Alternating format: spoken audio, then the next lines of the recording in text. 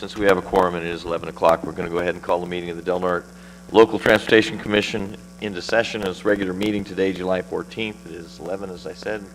And let's start, first of all, with the Pledge of Allegiance, led by Commissioner Holly. Okay, ready? Begin. I pledge allegiance to the flag of the United States of America and to the republic for which it stands, one nation, under God, indivisible, with liberty and justice for all. Thank you. So let's start with public comment period. Any member of the public can address the board on any issue that is within the purview of this board. Any such comments, members of the public? No? Okay, well, if you care or choose to comment on an issue as it comes up on the agenda, you certainly may do so at that time as well. Right now, we're going to open a public hearing to conduct the public hearing to gather information on unmet transit needs.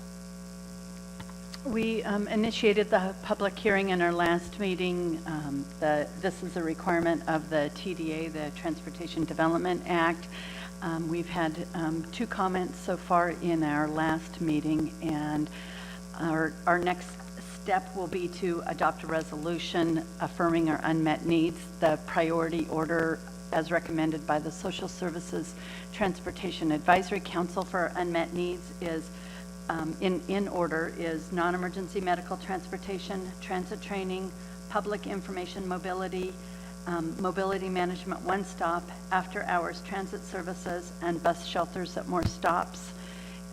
So we will record the public input, and we will, because we allocate 100% of our transit funds to transit purposes, this list and the information will go to Redwood Coast Transit Authority for their information, but there's no additional action for us to take at that point. Okay. Do we need to close the public hearing, or does it stay open? We do need to close the public hearing. Okay, so last chance, any member of the public wish to comment? Okay, we're going to go ahead and close the public hearing regarding unmet transit needs, and you'll bring it back to us at the next meeting? Okay, very good. So at this time, then, we're going to go ahead and adjourn into the Policy Advisory Committee and take up the consent agenda. Can I get a motion on the consent agenda items? Make that motion. It's been moved and seconded to approve the items of the consent agenda, which is the overall work program, 1617, the Social Services Transportation Advisory Council appointment, and the minutes. Any public comment on any of these? Poll the vote, please. Commissioner Howard? Yes. Commissioner Short? Yes. Commissioner Hawley? Yes. Chairman Finnegan? Yes. Is Tucker in this one? Policy Advisory Member Tucker? Yes.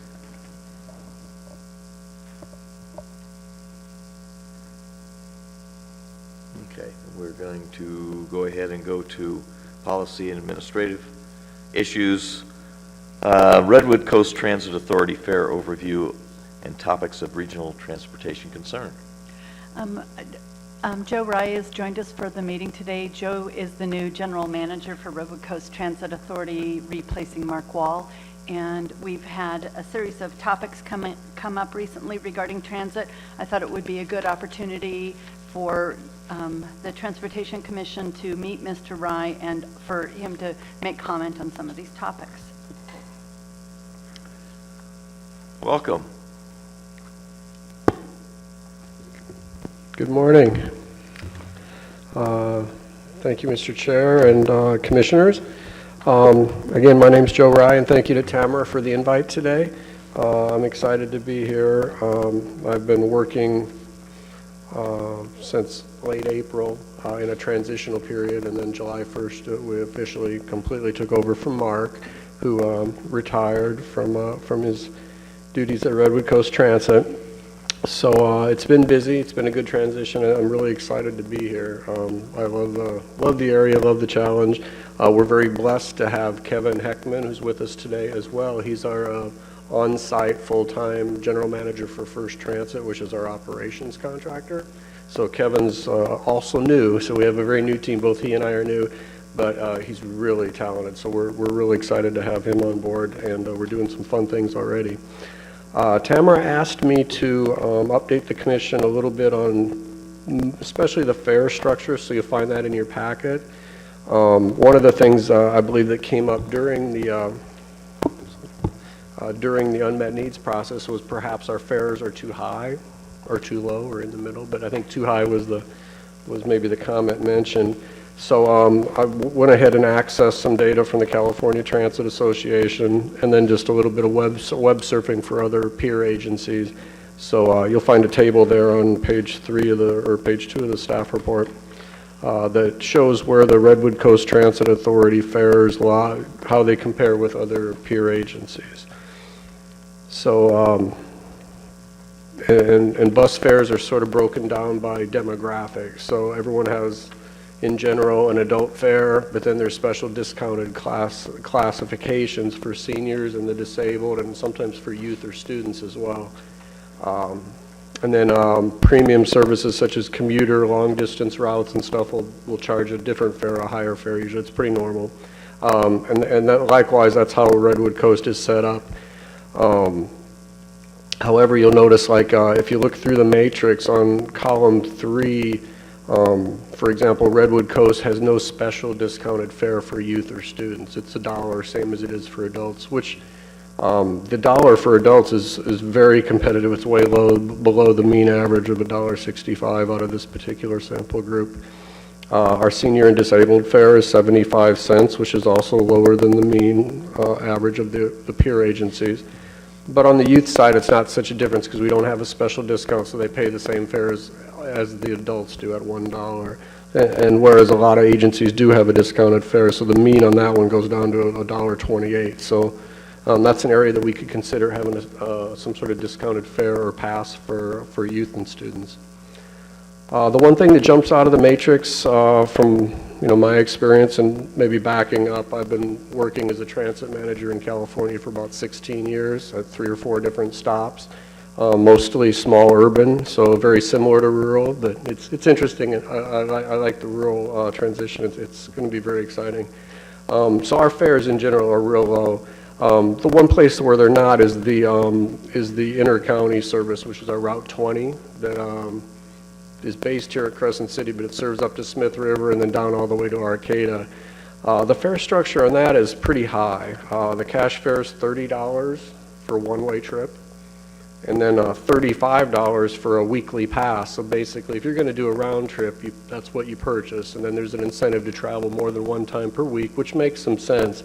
But for the single trip, $30 is really high. So if you look down the peer agencies, and this is where it gets hard to compare because everyone's long distance trip are different. If you're in the Sacramento foothills, your trip's into Sac. If you're in the LA area, it's into downtown. But ours is comparable in distance to several of them, but the fare is quite a bit higher. The Curry Public Transit that we actually connect with there in Smith River, they have a fare as high as $20 for their long distance intercity trips. And MST down in Monterey has a $12 fare for some of their stuff that goes down to King City, which is a pretty long distance trip, King City to Salinas. But $30 one way is clearly the highest of any of the peer comparables. So that's something that when we conclude here in a second, it's something that I want to take a close look at with our board to see if we can't find something that makes more sense, especially in light of we recently started service to the parks, and our board's very interested in tourism promotion with the Route 20 because and I agree with them, they think there's a very good opportunity to attract more ridership and be a service for tourists along the corridor, especially in the summer season. So we're going to probably start a process to take a good look at those Route 20 regional fares. And then finishing up the right-hand 2 columns are our ADA paratransit or our general public dial-a-ride fares, which are $1.50 for those that qualify for paratransit under the ADA, which just means you have a disability that prevents you from using fixed route for at least some trips. And then general public, so folks that don't have the disability that use the dial-a-ride service, is $5. And both of those compare very favorably with the others. The ADA paratransit fare is far lower than most, and most places don't even offer general public dial-a-ride, but of those that do, the $5 fits in pretty good, so it's pretty comparable. So, yeah, so the takeaway from this is our fares are very reasonable now, perhaps with the exception of that Route 20 regional fare down to Arcata, which is pretty high. So we might look at some sort of implementable and fair zonal system over the next few months that we could get into place before next tourist season starts. It's a little late in the game this summer to do that. I just started, but I do think there's an issue here. There's one of the things with the high fares is we have a pretty high fare box recovery ratio, which is the percentage of money that it costs to operate the system, or the percentage of money received from fares divided into the total cost of operations of the route. So it's pretty high, but we could aim to keep it high by lowering it a little and attract more people, so you get the net amount of fares the same from more riders. So I think there's an opportunity to do that with a relook at that fare system. And then we're interested in talking with our board about a student youth fare, not only on the regional route perhaps, which could be a big help for maybe for students going to Humboldt State, but it could also be something that just incentivizes youth ridership across the board on all the routes. So I'm a big proponent of youth ridership. It's something I've dealt with a lot in my career, and it's a market that needs transit if it works for them and if they can afford it. So any questions about the fares for Redwood Coast? Questions, commissioners? I have a quick question about the ridership going between here and Arcata. What kind of ridership are those? Do you know who the riders are that get on the bus to go to Arcata? I didn't know if they were medical ridership or if they were actually trying to pick up plane departure students. Yeah, I think it's a mix, and I do want to kind of plead the new guy in this. I haven't had a chance to really get to know our ridership on the route by route level, but I've heard it's a mix. There's some students. There's folks, it's an interline route with a partnership with Greyhound, so some of the riders continue on it. We connect with Greyhound at the Arcata Transit Center, so there's some of that. So, long distance travel heading to the Bay Area and whatnot. And then there's also a lot of riders will take it just to get to Klamath. We just opened service to Prairie Creek State Park. So it's a real mix, and I don't have a great handle on it yet. But with the fare structure, it seems to be if you're only traveling once in a while, it doesn't make as much sense as if you're going to go multiple times per week. Then you can take advantage of that $35 pass. So I don't mean to dominate this, but when you arrive in Arcata, is there a fixed place where you arrive, or do you drop people off at their medical appointments and things like that? We take them to the Arcata Transit Center, which is down there by the baseball field, and from there they can transfer to Arcata Transit to go, if it's their destination's beyond walking distance, that they need to transfer then to an Arcata or Humboldt bus. I was just thinking about dialysis patients and people like that. Okay, thank you. You're welcome. Any other questions? No, I appreciate your comments. That $30 jumped out at me too, the average, the mean being $8.31, but the rest of the fares and in the direction it sounds like you're going in sounds good. Appreciate it. And I think while I have the stage for a second, there was a couple other items that have come up that Tamara asked that I at least take a look and brief you guys on. There's a proposal in the works from some folks that were working with Amtrak to extend, perhaps extend Amtrak feeder bus service further north to currently that stops in Arcata and then doesn't pick up again, I guess, until Eugene. Now there is Greyhound already, and the proposal's kind of silent to that. But I've been trying to arrange a phone meeting with the folks. One of the concerns we had is we support the more the merrier as far as transportation options, but funding for rural interregional transit's fairly limited anyway. And for example, our most recent application, we weren't fully funded because statewide Caltrans was oversubscribed for the rural 5311, they call it, federal money. So anyway, with that context, I'm concerned that, well, we can support something, but if it eats into our money to do the current routes that we're providing for our local folks, I'd be a little concerned with that. So we're going to continue talking to them about that. It seems like a great idea, but they didn't seem to have a solid funding plan. And then the last item was there was some question about whether the Route 20 that we've been kind of focusing today here on, the one that goes between Smith River, Crescent City, and then down to Arcata. Did that route serve the Humboldt Airport in Arcata? And it does not. There's been talk in the past about doing that. I guess it surfaced a year ago this time when there was a short gap in passenger commercial aviation enplanements here. There was no service for a little while at the Crescent City Airport. But it's not on our schedule. We're not promoting it, and it's an item we're going to talk with our board about. It came up at the last meeting that we had in June, and there seemed to be some interest in promoting doing that, but then there's a letter in your packet from our local airport about how that would be a negative impact to them. So currently we don't do it, and that's the takeaway from that. The thought was they could deviate over to that, but we are not doing that currently, and we would, without board direction, we wouldn't start doing that. So that's an item that we'll be talking about at our next meeting, which is not in, we're going to take July off, but we'll meet again in mid-August as a Redwood Coast board. So do you want some input on that topic from this board? Sure, that would be great. I also sit on or chair the Border Coast Airport Authority. And even at that time, a year ago when it was brought up, it was not supported by the Airport Authority or the Board of Supervisors, who deferred to the Border Coast Regional Airport Authority, because you don't want to establish traffic patterns for people. Even though there was going to be a couple of months of non-service, it's hard to break people's habits. So I believe that it was not done. There was stated that you could get service to Arcata, drop off at the Holiday Inn there or whatever, but directly, specifically to the airport, there really wasn't a need for it, nor was there any support for it locally, other than one individual that we knew of. That same person is surfacing that again, which is detrimental, definitely, to the airport. The airport bases its funding from the federal government, the $1 million grant a year, on enplanements.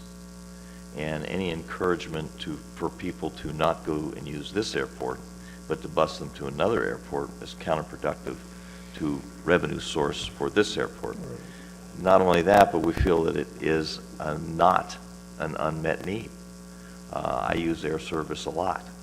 I can go to Sacramento quicker by getting at this airport than I can driving, or quicker than if I drove to Arcata, flew to San Francisco, and then to Sacramento. I can make it in half the time, and with comparable fares by leaving here and going to Portland, going to Sacramento, connecting. And that goes for, recently I've shopped flights to San Diego, Santa Barbara, Long Beach, and the connectivity is better through this airport when it comes to timing as well as pricing. And so going back to that, it is detrimental to this airport to encourage the loss of any enplanements, is an negative economic impact to this community. So I would urge you not to. I think the airport manager has weighed in.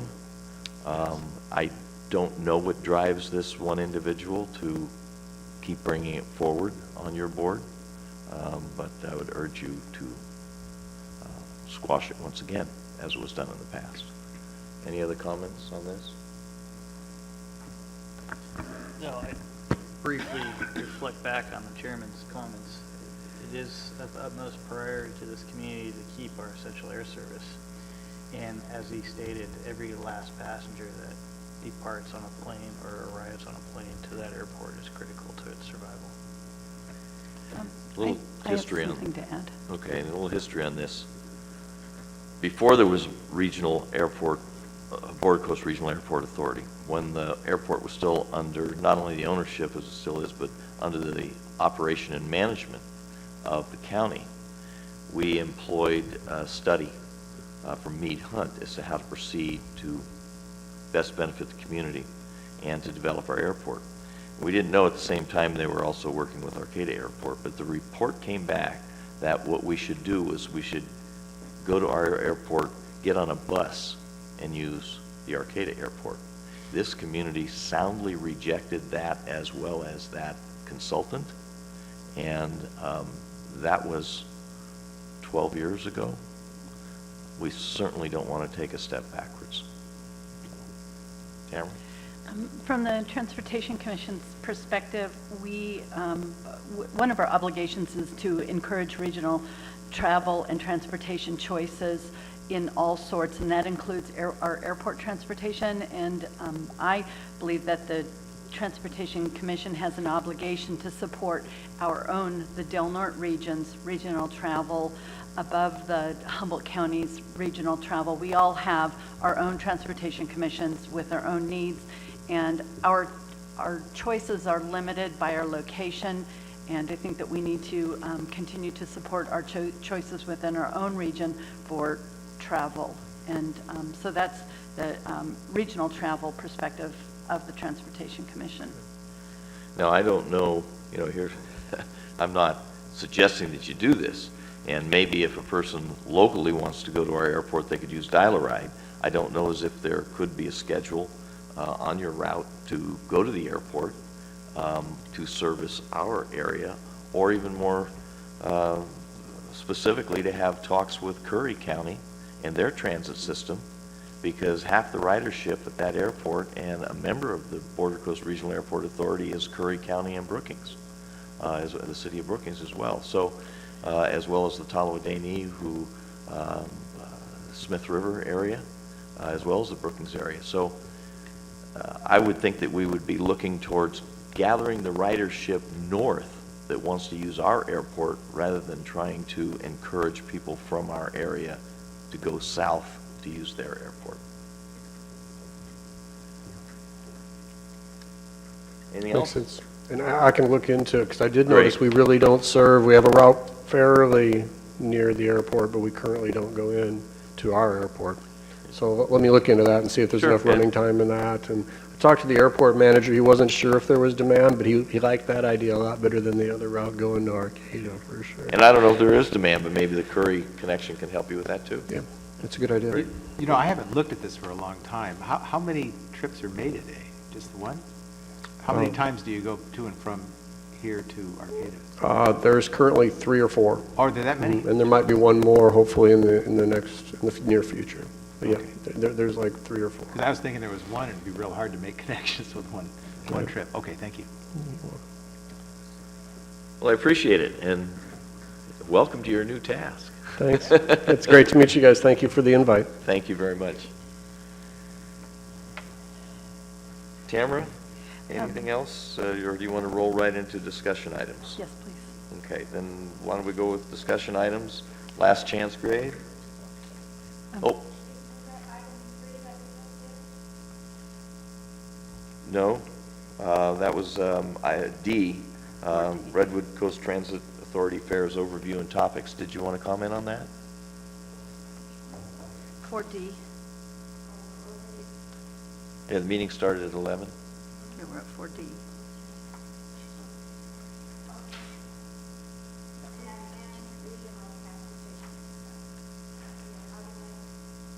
Okay, I will be happy to take non-specific public comment at the end of the meeting again. We already did at the beginning of the meeting, and now if you want to comment specifically on something that's we're talking about at that time, that would be fine too. So did you want to comment on the Redwood Coast Transit Authority fares? Okay. I'm going to run the meeting as I usually do, and we'll hit all the items, and you can comment on them at that time. And usually the public comment is at the beginning, like we did this time, but I'm also going to allow the public to comment at the end as well. Okay? In case you came in late. Tamara, do you want to go through the Sure, if one of the E, stakeholders... which is discussion items now? David, if you were one of the participants of the stakeholders group, would like to give an update on last chance grade, otherwise I can... but- I was. I don't want to hoard the microphone. Commissioner Hawley was there as well, and maybe we'll tag team here. Go ahead. We hadn't met for several months, as we all know, and so it was important to get together and basically get an update of where we were with last chance grade. And we discussed kind of some talking points, I guess you'd say. And the public should know that the governor did do a proclamation of emergency, which I think this board already knew, and that there are negotiations going on with the Highway Administration, the Federal Highway Administration, to initiate some of the improvements, some or all of the improvements on Last Chance Grade.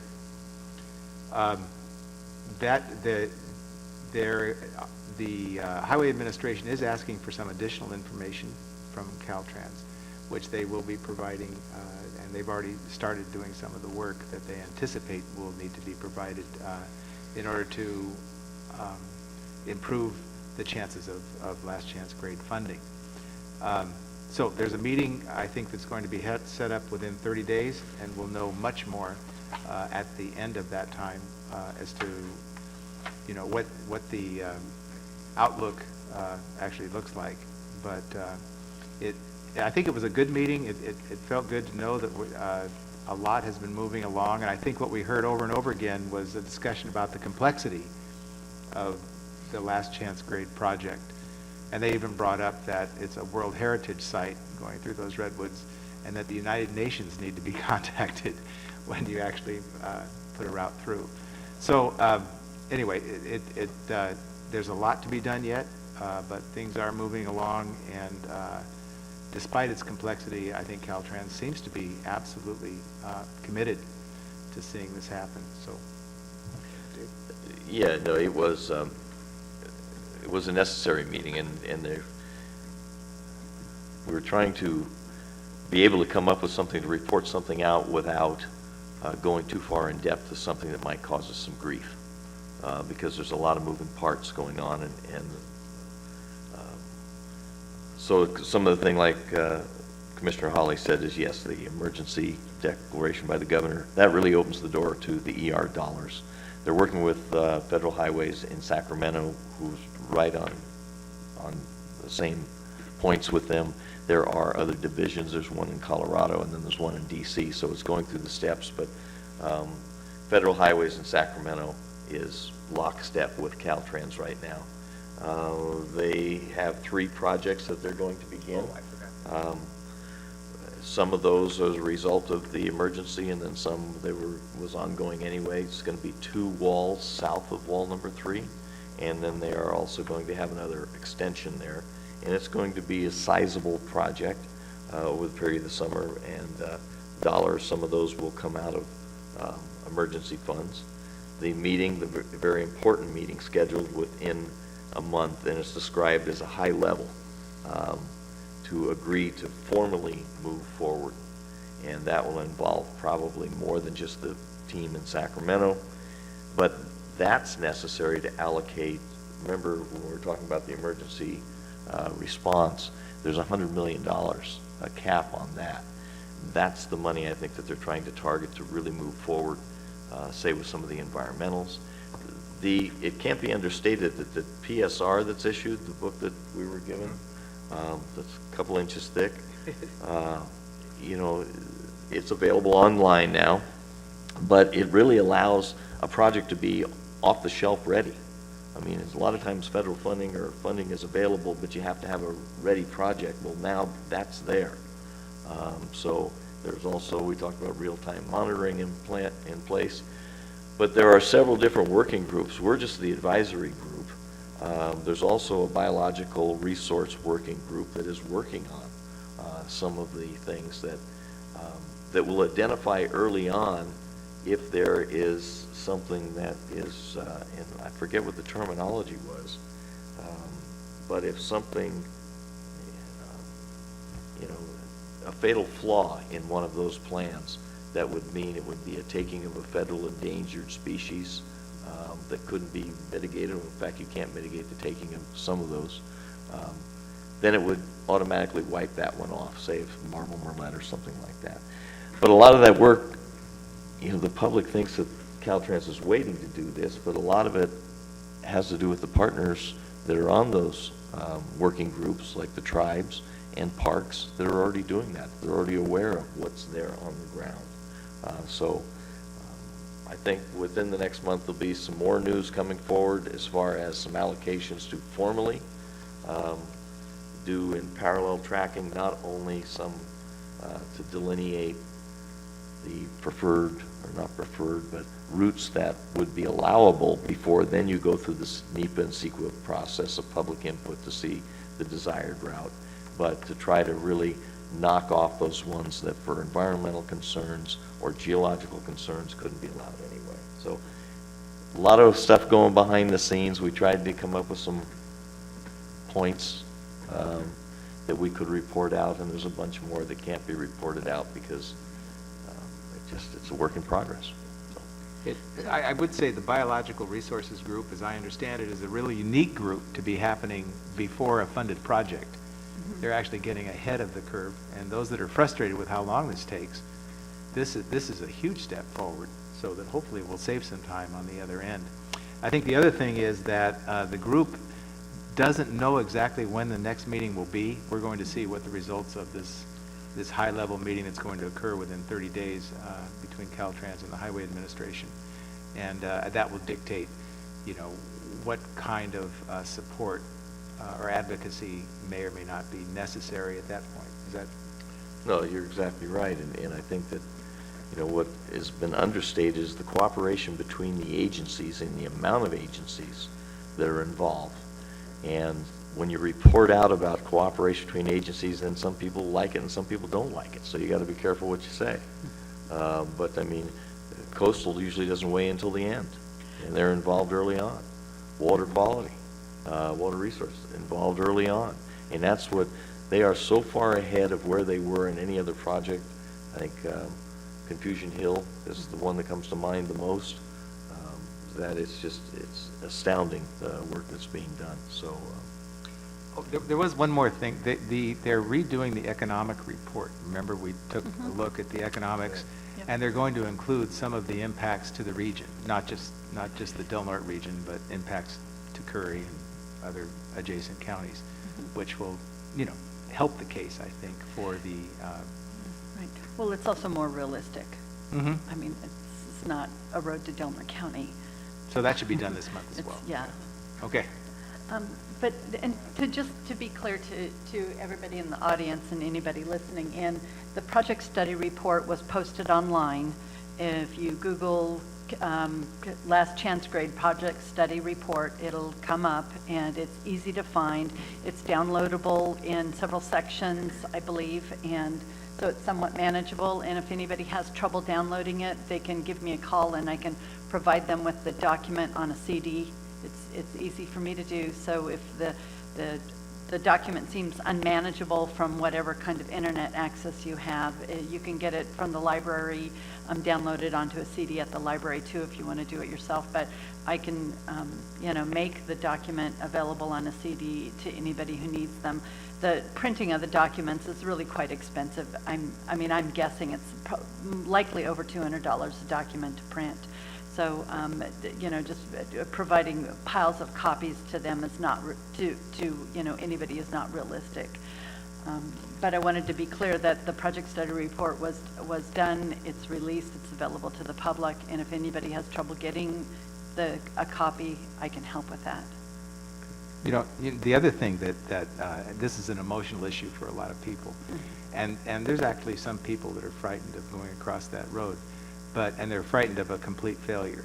According to Mr. Cohen, it's unlikely that it's going to be a complete failure, and even if it does, they will use all resources to get traffic flowing again.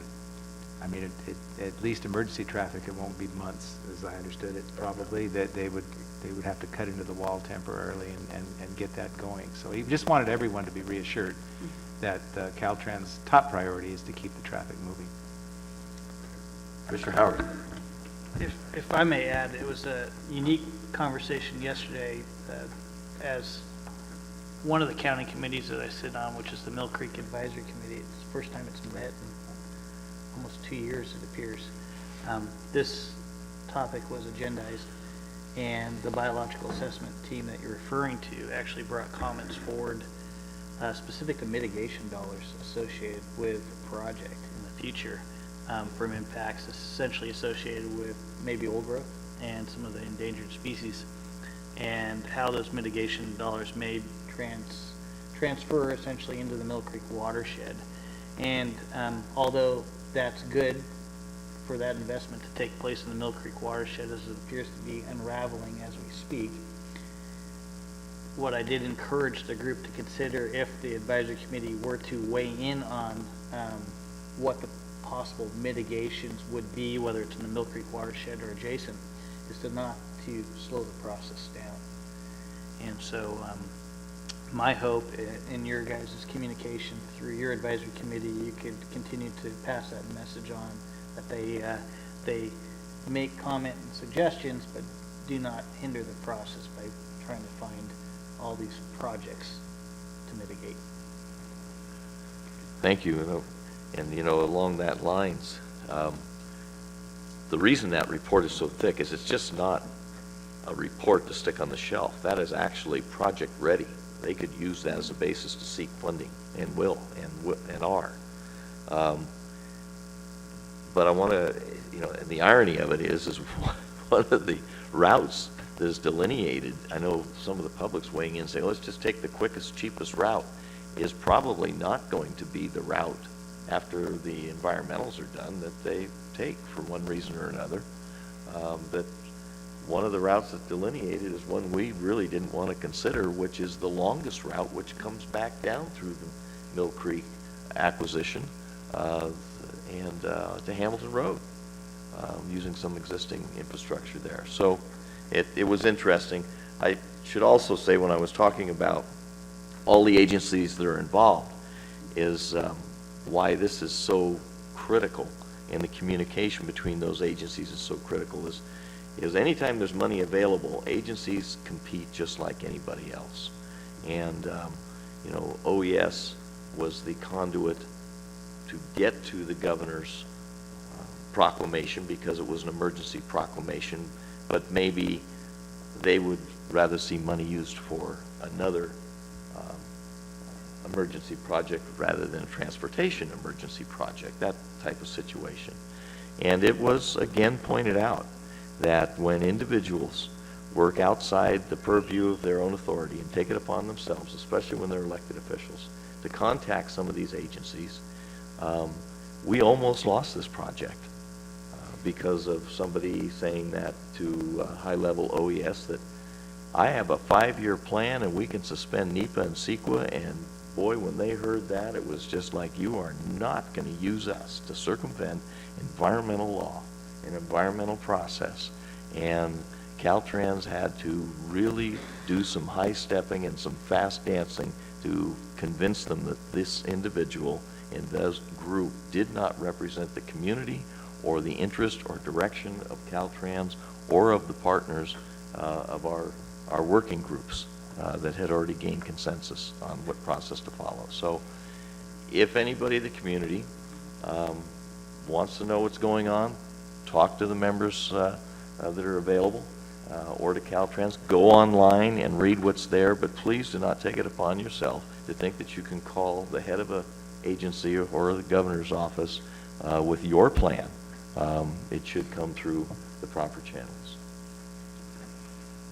I just wanted to say that this is a critical point in the project.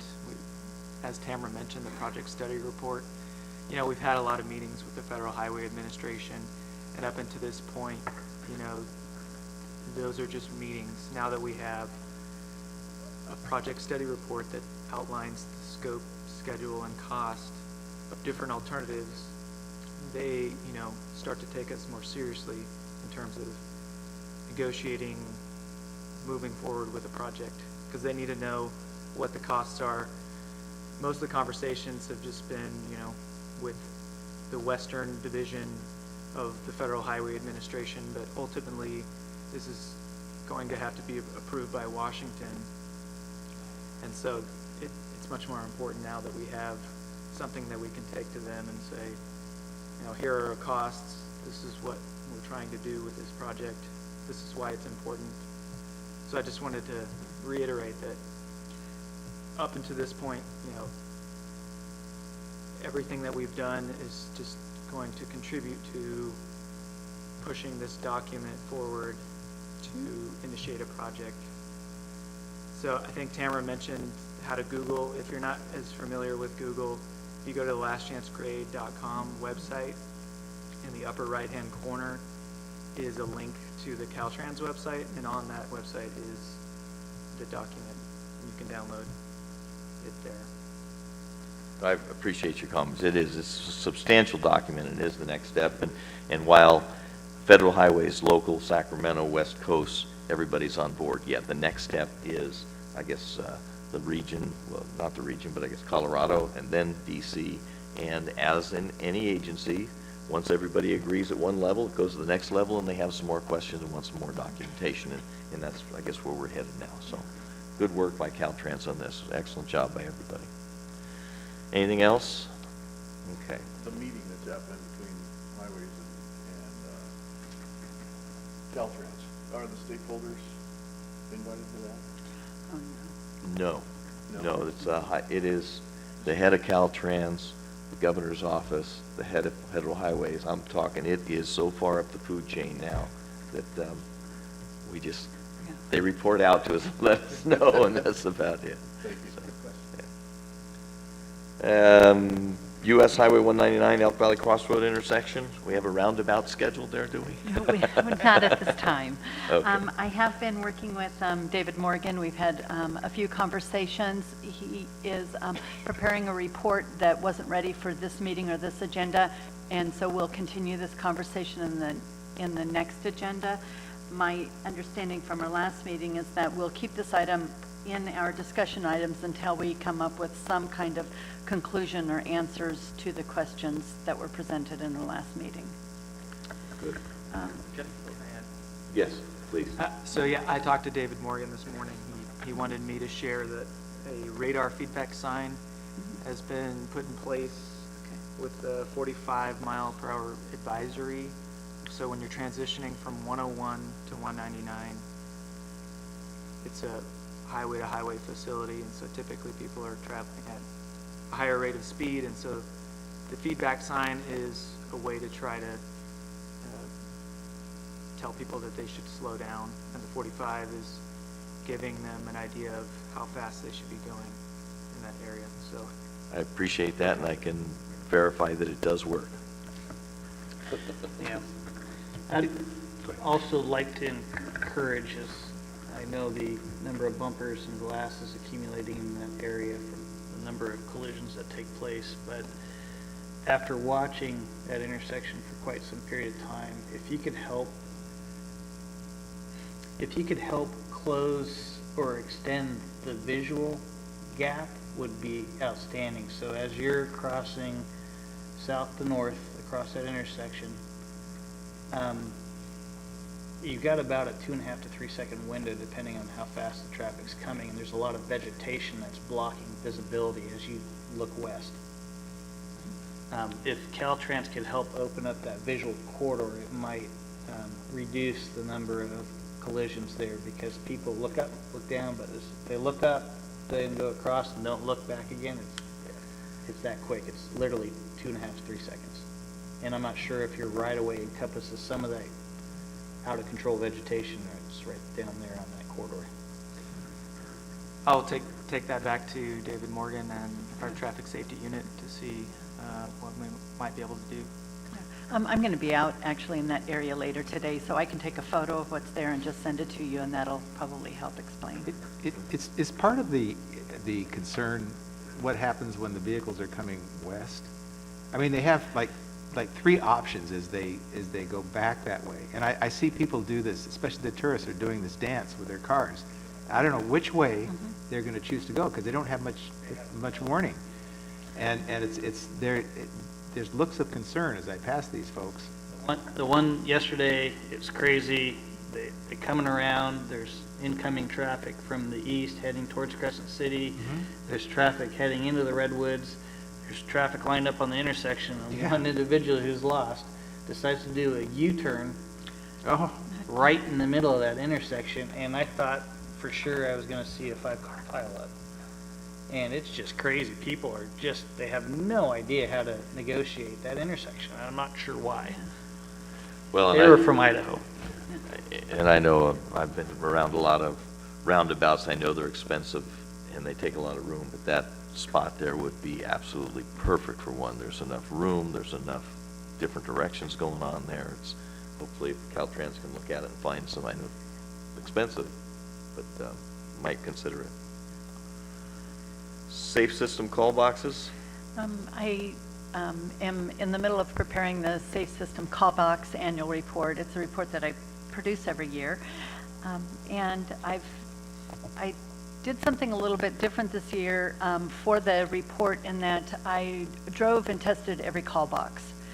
So we have, our call boxes do a self-test, and they call to the CHP call center electronically. They get a bounce back that I'm working signal goes to the case systems, which is our call box maintenance group who we pay annually on a contract annually to do this self-test for call boxes.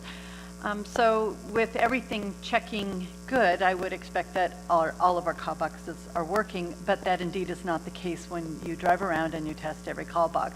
It takes a couple days to do it. It's certainly not something that I'm going to do on a weekly basis, but I'm really not satisfied with the way the self-test system is working when compared to an actual real-time drive out there and pick up the handset on every call box and see what's happening. Some of the challenges were, the call went through, but the phone said was dead. So the CHP I could not hear anything on my end. So they're saying, what is your emergency? And they can hear traffic going by, but on my end, the phone seems dead. I mean, it's just a flat line of nothing, no static, no phone ring, no nothing. So if I had a true emergency, I wouldn't know to start talking. I mean, because you pick up the handset, you wait, nothing happens. Well, they could hear on their end, I couldn't hear anything on my end. So, some kind of a failure with the handset itself or the speaker or I don't know what. But that kind of thing where the call is getting through, so the self-test is working, but the box itself is still not working. So part of my report is going to be to come back to the commission with an idea about how to more regularly, how to do a better test of the call box system. The other thing that's very different is that our call box use this past year is up almost 30%, which is an astounding increase. We were already the highest per capita call box use in the state, sometimes side by side with Humboldt County, sometimes a little bit ahead, but with this 30% increase in call box use, I really don't know what to think about it, but it is an affirmation to me that, we do need to have a good functioning working system. So if any of you have ideas, please send me an email. If anybody in the public has an idea about, how to efficiently, actually physically test the call boxes, I'll be thinking about it myself, and there'll be something in an agenda packet for August or September commission meeting, a recommendation along with the annual report for our call box use and the state of the call box system. Good. How about the request for proposals for the coming year? We have initiated the request for proposals process for the 16-17 work program, starting with the county's Elk Valley Road multimodal corridor plan. And so that RFP has been posted, and I've had some questions, some responses from folks with questions, some people looking for partners because it's a diverse document, but we're really going into this project, with no expectations for an end game. I mean, this is what is the purpose and need if there is a project? I mean, so just to, I've had lots of questions about this project. Well, what are you doing on Elk Valley Road? Right. Well, we're trying to figure out what the needs are in Elk Valley Road, and if there is a project, is it a reasonable scoped project? We have no idea. We don't know what the public, what the community, the Elk Valley Road community thinks about a project. If they see a need, it's just completely wide open. So the RFP is posted. If any of you get questions about the Elk Valley Road multimodal corridor plan, we don't have a predetermined outcome at all. Well, then what do you, okay, because So the county has it on their priority list. Mhm. El Tico has this, we have it on ours. You're requesting proposals, is that to design the project? No, it's to complete a planning document that determines what are the needs for Elk Valley Road and what is a planning level cost for whatever the needs are for Elk Valley Road. Okay, and So- we're talking about from Elk Valley and Holland Hill out to Highway 199. Right, but it's not. Bike trip, Yeah, and that's widening gonna- shoulders, drainage, the whole works. Right, you know, there's one of the big questions is about right-of-way. You know, all of those parcels all along Elk Valley Road, the right-of-way is very different, parcel dependent different. Right.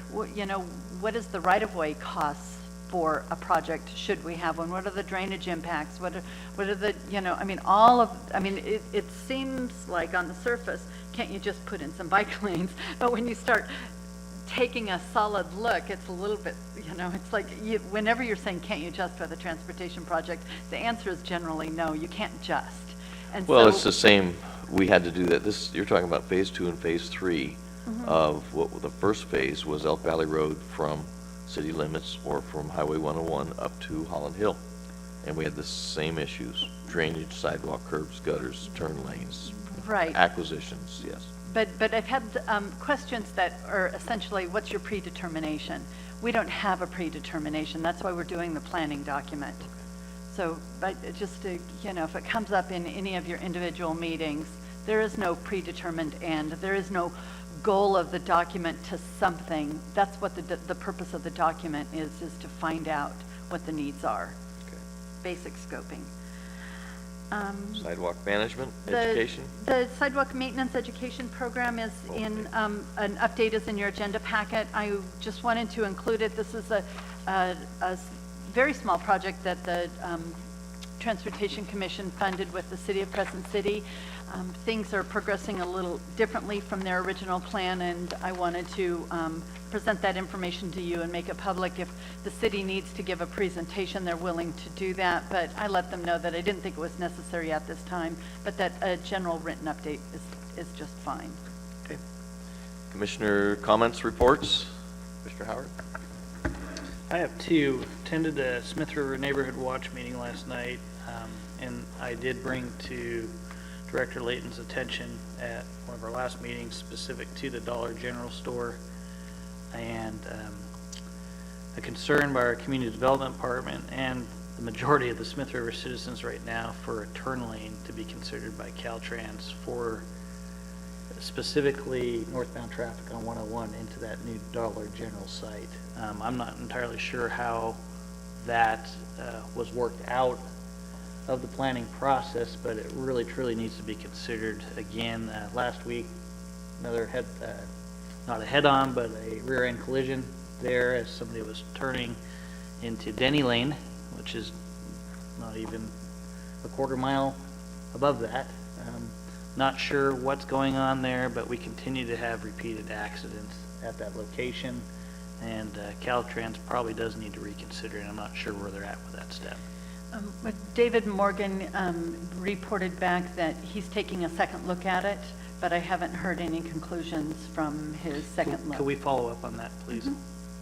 And then, I don't know if this is a good or bad thing, but for residents of Smith River and a lot of residents I'm talking to now, the traffic has just about come to a standstill on Highway 101 from about the time you hit the Smith River Bridge until you hit the 4-lane area up in Brookings.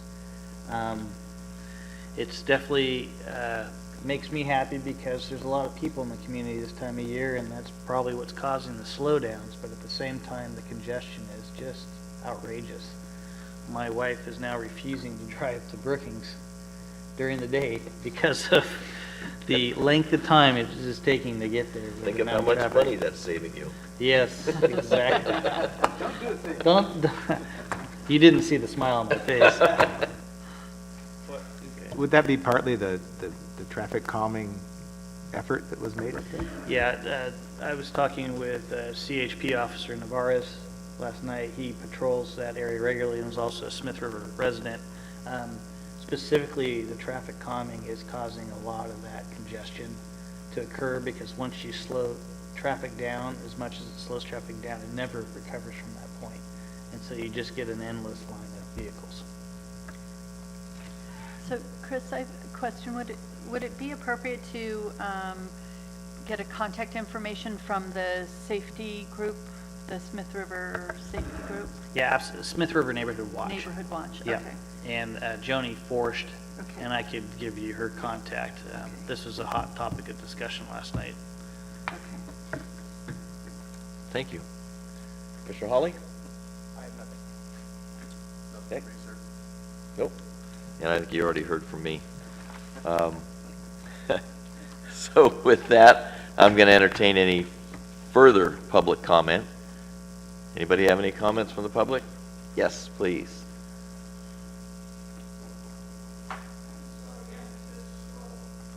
Take your time, Elizabeth.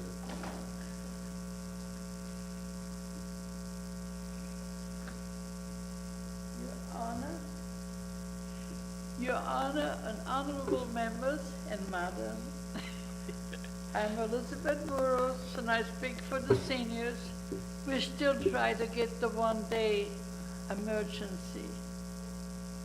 You know, when sometimes people have to get up and have to have the hospital. So it would help if they don't have to call in a day before. It's just, I mean, it hardly happens, but once in a while, it does happen. Dial-A-Ride? It sure would. Was this Dial-A-Ride, Elizabeth? Yeah, Okay. oh, I'm sorry. No, that's... I always get scared coming up, forget my name. No. So, you know, it would be maybe once in a while, but it sure would help because taxi, you know how high it, so, you know, if you somehow, you know, we're already so spoiled, you know, the quality of life. And then Mr. Rice, he should know because he drove the bus. He was on the other ride, so he knew how nice we have it, you know. So, you know, we hate to bother, but I mean, you know, it would help because, Well. and thank you again for the quality of life. My goodness, you know, and you are the most handsome man. An old girl can say it, you know. Thank you for it. Thank you, Ms. Burrows. And it is our wish to spoil you every chance we can, so thank you. Yeah. Yes. Hi. I attended a Redwood Transit meeting, and there was favorable response to some suggestions. One, a day pass. And trying to alleviate the problem that you can only get a transfer right at Front Street, which is inconvenient for the bus system. And addressing that, a day pass would be good. And it also occurred to a member that it might be good for tourism to have a one-day pass, go anywhere, do anything in Delaware County. Another issue is the expense of going to Humboldt. It occurred to me that, you know, Humboldt does have a stop that brings you into town at Trinidad, and I'm not sure if we're duplicating a need, if it might be more cost efficient to hook in over there to their system rather than all the way, this just occurred to me, than going all the way to Arcata. So we may be duplicating something that we could save ourselves some money at and or make the system more efficient and reduce the cost. So maybe we should look into that. And I still have a problem with that we don't have bus service to our airport. I know there's a fear of buses to airports, and it's going to cut into our service. 80% from my surveys, when I surveyed the airport for a whole week when we were first getting airport improvement, was that it's government people using that airport. It's also medical people, professionals, consultants related to government work. That was 80% of the use of that airport, and that was consistent over a week of use, even in the summer when tourism is high. So, to my way of thinking, we used to have buses. Sometimes communities get very protective of their assets, but when you look at the big picture for fossil fuel consumption and affordability, buses make a lot of sense. There are difficult choices to make when we're trying to create a society that is more efficient in its use of fossil fuel. And there are inherent conflicts. And we as a society don't always make the right overall choice. Thank you. We're protective, right? This is the conundrum we're in. Thank you. Thank you very much.